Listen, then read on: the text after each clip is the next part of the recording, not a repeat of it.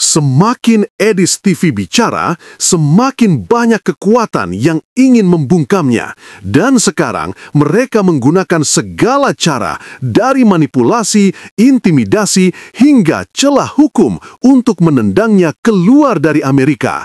Mengapa mereka begitu takut padanya? Simak video berikut ini.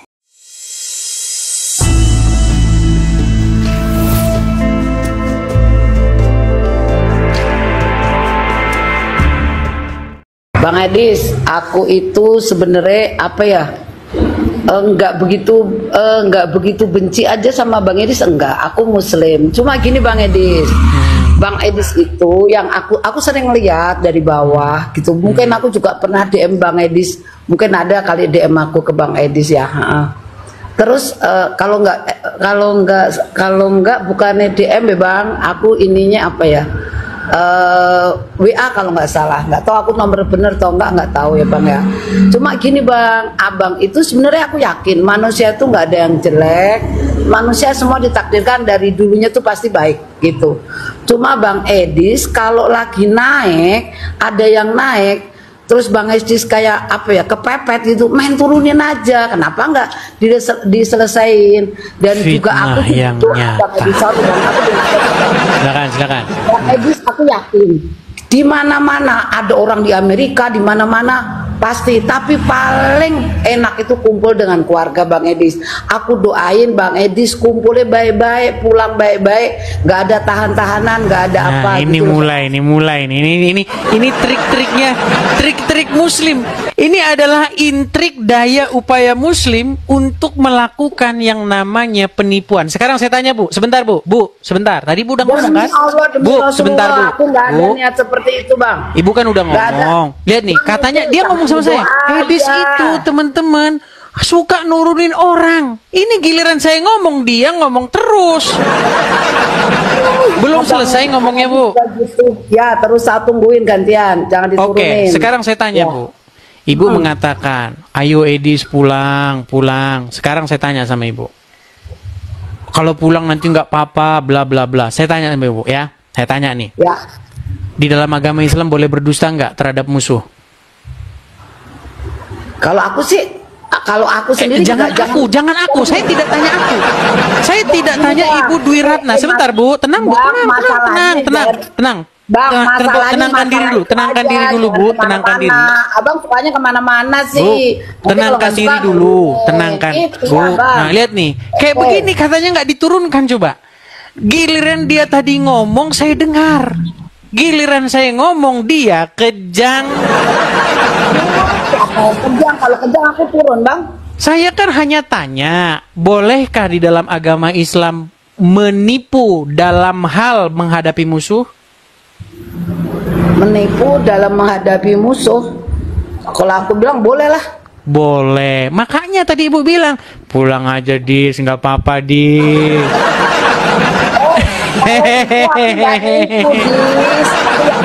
Oke, terus kemudian sebentar, satu poin lagi. Kemudian Ibu tadi mengatakan demi Allah, demi Rasulullah tidak apa-apa, begitu ya, betul? Ya kalau ini nggak apa-apa. Sebentar, satu lagi biar selesai. Saya tanya. Oke, tunggu. Di dalam agama Islam boleh nggak bersumpah palsu? Oh, kalau nggak boleh lah.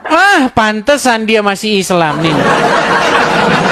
Bu, di dalam agama Islam namanya Edis menghujat. Nah, ini kan dibilang menghujat. Saya kan ini dibilang katanya saya menghujat, teman-teman katanya menghujat saya. Baik. Anda mengatakan bahwa di dalam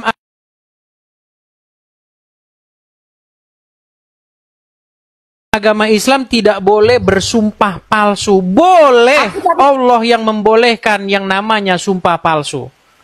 Nggak ada kalau aku nggak. Kalau aku buat aku nggak sumpah palsu. Baik, baik. Saya akan tunjukkan ayatnya di dalam Al-Quran. Sambil saya tunjukkan, silakan Anda mau menyampaikan apa tadi? Oke, walaupun boleh, aku nggak akan bersumpah palsu, Edis. Ah, tadi katanya tidak boleh. Sekarang boleh. Kamu nggak kata kalau aku bilang nggak boleh, tapi kalau kamu tahu ada ayatnya boleh, aku nggak pernah bersumpah palsu. Dengerin ya. Inilah saya bilang ya, kenapa sih orang muslim ini sulit banget nangkep sesuatu? Saya tidak tanya Anda. Saya tidak tanya apakah Anda ingin melakukan sumpah palsu atau tidak. Yang saya tanyakan, boleh? Tadi bawanya aku kok. Mana sih? Loh. Coba saya ulangi lagi ya. Ibu kan tadi bilang, demi Allah, demi Rasulullah. Betul? Ya. Oke, sekarang saya tanya, di dalam agama Islam boleh nggak bersumpah palsu atas nama Allah? Nggak boleh lah. Kalau saya tunjukkan boleh gimana? Ya terserah, kayak aku punya keyakinan tidak boleh sumpah palsu atas nama Allah. Baik, sekarang kalau misalnya saya tunjukkan boleh sumpah palsu di dalam Al-Quran gimana? Nah itu terserah kamu aja. Kalau aku sih bilang nggak boleh. Iya, kalau misalnya nanti saya tunjukkan boleh gimana? Ya nggak apa-apa, terserah situ yang aku. Kalau aku enggak, gitu aja. Baik, saya akan katakan ya. Saya akan bacakan suratnya. Oke. Nih ya. Baik. Di dalam Al-Quran, nih ya. Saya tunjukkan ayatnya. Makanya dia masih Islam, teman-teman ya. Di dalam Quran, Quran surat. Bentar nih ya, saya bukakan. Emang bisa baca Quran? Nah. Gak boleh lah. Baik. Ya Allah, astagfirullah. Quranku dibaca sama Edis ternyata ya. Baik, saya akan bacakan ya. Astagfirullah, Di dalam Quran surat. Bentar nih, saya tunjukkan ya.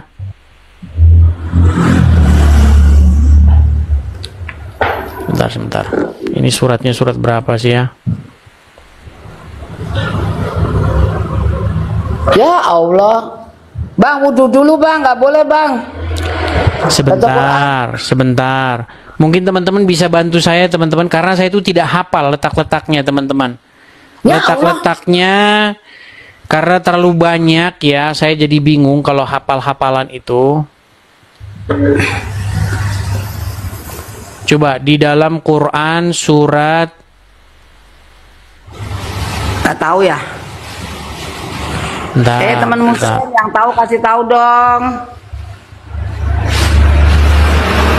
Itu di bawah kok. Di dalam Quran surat Al-Maidah 89 ya. Al-Maidah 89. Sebentar.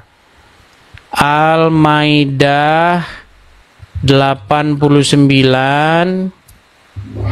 Coba dibacain. Dibaca, jangan cuma saya balikin. Kalau saya yang baca, nanti ibu tidak percaya. Dibaca. Aduh. Baik nih. Casan habis nih. Oke, kelihatan ya, ini surat Al-Maidah 89 ya. Kelihatan? Kasihan. Edis nggak pengen pulang Sebentar. Ini gimana? Ini saya giliran. Coba nih, giliran saya tunjukin, ibunya kok jadi kebingungan, kelabakan. Ini bener nggak? Sekarang saya tanya dulu. Edis yang kebingungan pengen pulang. Oke, ini bener nggak surat Al-Maidah 89? Sebentar. Baterainya habis. Oke, ini bener nggak Al-Maidah 89? Ya, lo aja yang tadi yang bilang kalau bener menurut lo ya udah, kenapa emang iya? Kok menurut saya? Oke, sekarang kita bacakan ya. Surat Al-Maidah, lihat nih, langsung gelagapan.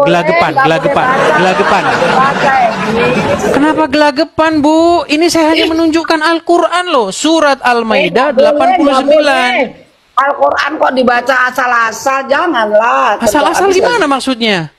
Tidak ada asal-asal. Al-Quran harus wudhu dulu, lo nggak wudhu. Oke, sekarang ya. Coba dibaca, jangan artinya. Ibu takut sama artinya? Lo yang baca, Takut sama artinya. Oke, saya bacakan. Nih perhatikan. Allah tidak menghukum kamu. Itu artinya Al-Qur'annya katanya lo bisa. Amin.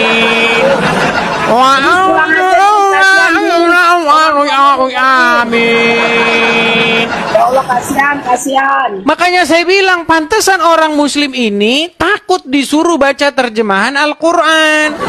Karena kalau disuruh baca terjemahannya pastilah dia akan murtad. Bentar nih, ada iklan lagi. Nggak mungkin, nggak bakalan. Oke, sekarang saya bacakan artinya. Allah tidak menghukum kamu disebabkan sumpah-sumpahmu yang tidak sengaja untuk bersumpah. Perhatikan. Allah tidak menghukum kamu disebabkan sumpah-sumpahmu yang tidak sengaja untuk bersumpah. Perhatikan. Tetapi dia menghukum kamu disebabkan sumpah-sumpah yang kamu sengaja. Sumpah yang nggak sengaja nggak apa-apa. Sumpah. Ya ampun. Oke, sekarang saya tanya. Oke, sekarang saya tanya, apa itu sumpah-sumpah yang tidak disengaja? Coba. Ngapain lo? Lo ngapain nanya gue? Lo aja jawab sendiri. Oke. Sekarang Anda mengatakan dalam agama Islam boleh bersumpah palsu nggak? Nggak boleh. Boleh bersumpah palsu nggak? Ya, gue kasih tahu. Al-Quran nggak boleh lo sentuh, tahu? Apa hubungannya kok Al-Quran nggak boleh disentuh, terus Muslim boleh sentuh Bible gitu? Harus wudhu. Inilah saya bilang teman-teman. Kalau Muslim baca Bible, oh itu benar. Kalau Kristen baca Quran, oh harus wudhu dulu. Harus wudhu. Ini apa seperti ini? Iyalah, kenapa emang? Yang tuh pengikutnya tuh Oke, sekarang intinya di dalam agama Islam sumpah-sumpah yang tidak sengaja itu boleh, betul? Gak usah, terserah lo aja, lo mau ngomong apa. Kalau aku tadi yang ya tidur di bawah sana aku. Ya di bawah sana, tidur di bawah sana. Ngapain naik ke sini? Terserah lu, apaan itu? Jawaban kok terserah lu. Gimana? Nah itulah salah satu teman-teman. Ketika saya katakan di dalam agama Islam itu dibolehkan bersumpah palsu, dianya marah-marah sama saya. Di dalam surat Al-Maidah tadi kan sudah saya kasih tunjuk. Surat Al-Maidah ayat yang ke 89. Saya bacakan ya. Di dalam surat Al-Maidah ayat yang 89, Allah tidak menghukum kamu disebabkan sumpah-sumpahmu yang tidak disengaja. Sumpah-sumpah yang nggak disengaja, nggak dihukum. Tetapi dia menghukum kamu disebabkan sumpah-sumpah yang kamu sengaja. Maka kafaratnya akibat melanggar sumpah adalah memberi makan 10 orang miskin dari makanan yang biasa kamu berikan kepada keluargamu, memberi pakaian kepada mereka atau memerdekakan seorang hamba saya. Siapa yang tidak mampu melakukannya, maka kafaratnya berpuasa 3 hari. Itulah kafarat sumpah-sumpahmu apabila kamu bersumpah. Kelihatan kan? Iya. Boleh. Apalagi kalau kepepet.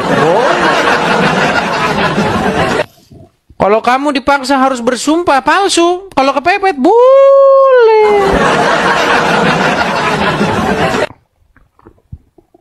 Boleh teman-teman. Nah, karena perkara-perkara yang demikian itu, karena perkara-perkara berdebat seperti itu banyak membuat Muslim gelagapan, galang kabut, nggak karu-karuan. Sehingga akhirnya menjadi daya upaya mereka. Tangkap penistaan agama itu. Tapi kalau Muslim ngomong begitu teman-teman, dakwah itu dakwah. Mempertahankan iman kepada Yesus di tengah ancaman. Saudara-saudara yang dikasihi Tuhan, Di dunia yang semakin gelap, ada satu hal yang menjadi semakin jelas. Mengikut Yesus bukan sekadar pilihan, tetapi sebuah keberanian. Ada orang yang mempertahankan iman dalam tekanan keluarga. Ada yang diuji di tempat kerja. Ada yang menghadapi ancaman verbal, penghinaan, bahkan intimidasi.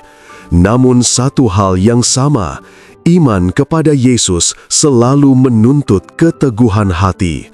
Hari ini kita akan merenungkan bagaimana tetap teguh memegang iman meski ancaman datang dari berbagai arah. 1. Yesus tidak pernah menjanjikan jalan yang mudah.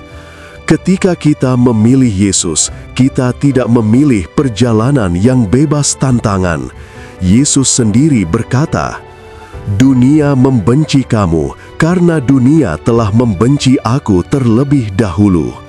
Artinya, ancaman itu bukan tanda bahwa kita salah jalan. Justru, ancaman menunjukkan bahwa kita sedang berjalan di jalan yang benar, jalan yang pernah dilalui Tuhan sendiri. Jika dunia memusuhi kita karena kita mengikuti Kristus, itu berarti hidup kita sedang memancarkan terang, dan terang selalu mengganggu kegelapan. 2. Tekanan ada, tetapi kuasa Tuhan lebih besar. Kadang ancaman datang dalam bentuk yang halus. Jangan terlalu fanatik. Kalau tetap ikut Yesus, kamu akan kehilangan ini. Lebih baik diam, jangan berani menyebut nama Tuhan. Namun kadang ancaman datang lebih keras. Diusir dari lingkungan, ditekan oleh keluarga, difitnah di media sosial, diperlakukan tidak adil, bahkan diancam secara fisik. Tetapi ingatlah, sekalipun dunia punya kekuasaan, mereka tidak pernah bisa mengambil iman kita. Iblis bisa mengancam, orang bisa menekan, situasi bisa menakutkan, tetapi Yesus tinggal di dalam kita, dan itu adalah keberanian yang tidak bisa dirampas. 3. Contoh para rasul. Mereka bertahan karena mereka melihat Yesus. Lihatlah para rasul. Petrus yang dulu penakut, tiba-tiba berubah menjadi pemberani luar biasa. Mengapa? Karena ia melihat Yesus bangkit. Melihat kebenaran membuat mereka tidak bisa lagi hidup dalam ketakutan. Hidup mereka penuh ancaman, dipenjara, dicambuk, diusir, difitnah, bahkan dibunuh. Namun mereka berkata, "Lebih baik kami taat kepada Allah daripada kepada manusia." Ini bukan sekedar keberanian manusiawi. Ini keberanian yang lahir dari perjumpaan dengan Tuhan. Dan kita pun memiliki perjumpaan itu dalam hati kita. 4. Iman sejati teruji ketika dihadapkan pada tekanan. Iman yang tidak diuji bukanlah iman yang bertumbuh. Tekanan mengungkapkan apa yang benar-benar ada di dalam hati. Ketika ancaman datang, kita belajar satu hal, siapa yang kita percaya sebenarnya. Jika kita hanya percaya pada dunia, kita akan runtuh. Tetapi jika kita percaya pada Yesus, kita akan tetap berdiri. Kadang Tuhan mengizinkan badai datang, bukan untuk menghancurkan kita, tetapi untuk memperlihatkan bahwa dasar iman kita kokoh. Seperti pohon besar, akar terkuat adalah akar yang berjuang menembus tanah paling keras. 5. Tuhan tidak membiarkan kita sendiri menghadapi ancaman. Terkadang kita merasa sendirian, tidak ada yang membela, tidak ada yang mengerti kesulitan iman kita. Namun Yesus berkata, "Aku menyertai kamu senantiasa sampai kepada akhir zaman." Ini bukan kalimat puitis, ini janji ilahi. Ketika dunia menekan, Tuhan justru paling dekat. Saat orang lain menjauh, Tuhan datang mendekat. Saat ancaman menakutkan, Tuhan memberi damai. Saat tubuh gemetar, Tuhan meneguhkan hati. Kita tidak pernah berjuang sendirian. 6. Ancaman tidak pernah lebih kuat dari panggilan dan rencana Tuhan. Kadang, ancaman terasa besar karena kita melihat dari perspektif kita. Tapi coba lihat dari perspektif Tuhan. Dialah yang menciptakan langit dan bumi. Dialah yang memegang sejarah. Dialah yang mengendalikan bangsa-bangsa. Apakah ancaman manusia lebih kuat daripada janjinya? Apakah tekanan dunia lebih besar daripada kasih-Nya? Tidak mungkin. Jika Tuhan adalah gembala kita, maka tidak ada serigala yang bisa mengambil kita dari tangan-Nya. Ancaman hanyalah bayangan, tetapi kasih Tuhan adalah kenyataan. 7. Kita bertahan karena kita tahu siapa yang kita sembah. Inilah hal paling penting. Kita bertahan bukan karena kuat, tetapi karena kita tahu siapa Yesus. Kita tahu Dia, Juru Selamat, Gembala, Raja, kebenaran, sumber hidup, benteng kekuatan, perlindungan yang tidak tergoyahkan. Orang yang tidak mengenal Yesus mungkin mudah menyerah, tetapi orang yang mengenal Yesus tidak takut apapun, karena ia tahu kepada siapa ia mempercayakan hidupnya. 8. Apa yang harus kita lakukan saat menghadapi ancaman? 1. Berdiri dalam firman. Baca, renungkan, dan hidupi Alkitab. Firman adalah senjata rohani, bukan hiasan. 2. Berdoa tanpa berhenti. Doa bukan pelarian, doa adalah kekuatan. 3. Ingat siapa yang kamu layani. Dunia bisa marah, tetapi Yesus tetap berdaulat. 4. Jangan membalas ancaman dengan kebencian. Kita mempertahankan iman, bukan permusuhan. 5. Tetap rendah hati, tetap kuat. Kerendahan hati bukan tanda lemah. Kerendahan hati adalah tanda keberanian rohani. 9. Ujung dari semua ancaman, kemenangan. Setiap orang yang bertahan dalam iman pasti menang. Sekalipun dunia menekan, Injil terus meluas. Sekalipun ancaman datang, kasih Tuhan tidak bisa dibungkam. Gereja mula-mula bukan hancur karena ancaman, justru semakin kuat karena mereka bergantung penuh pada Tuhan. Dan hal yang sama berlaku untuk kita. Jika tekanan datang, iman kita bertumbuh. Jika ancaman muncul, Tuhan menguatkan. Jika musuh menyerang, Tuhan membela. Akhir dari ketaatan adalah kemuliaan. Akhir dari keberanian adalah kemenangan. Akhir dari keteguhan adalah mahkota kehidupan. Bertahanlah, sebab Yesus itu layak dipertahankan. Saudaraku, apapun bentuk ancaman yang sedang kamu hadapi hari ini, ingatlah satu hal. Yesus jauh lebih layak untuk dipertahankan daripada rasa aman sementara. Dunia bisa menggertak, manusia bisa mengancam, iblis bisa mencoba melemahkan. Tetapi Yesus adalah Raja yang hidup. Dialah yang memegang hidupmu, Dialah yang menjagamu, Dialah yang meneguhkanmu. Jika Yesus sudah mati dan bangkit untuk kamu, maka kamu bisa hidup dan bertahan untuk Dia. Tetap kuat, tetap berdiri, tetap percaya. Karena orang yang bertahan sampai akhir, dialah yang akan diselamatkan.